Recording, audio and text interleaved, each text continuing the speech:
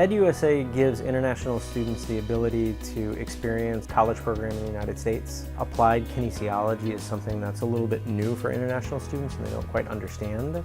So being able to take some of those parent disciplines and applying it into health, disease, exercise, and performance is kind of a neat tie-in. What we wanted to do was lecture through the activity while they were doing it and have them do the activity and then explain what was taking place or certain concepts in kinesiology that were happening. We focused on the link between concussion, Alzheimer's, and depression. Out of the Prism goggles, what I wanted them to get out of that is just understanding that your brain can adapt.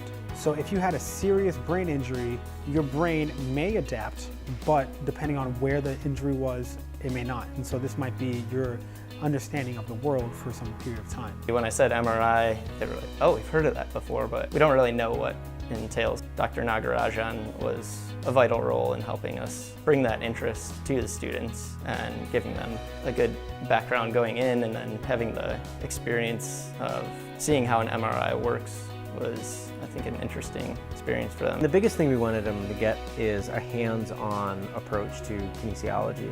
And the neat thing about kinesiology is we have almost 4 different areas.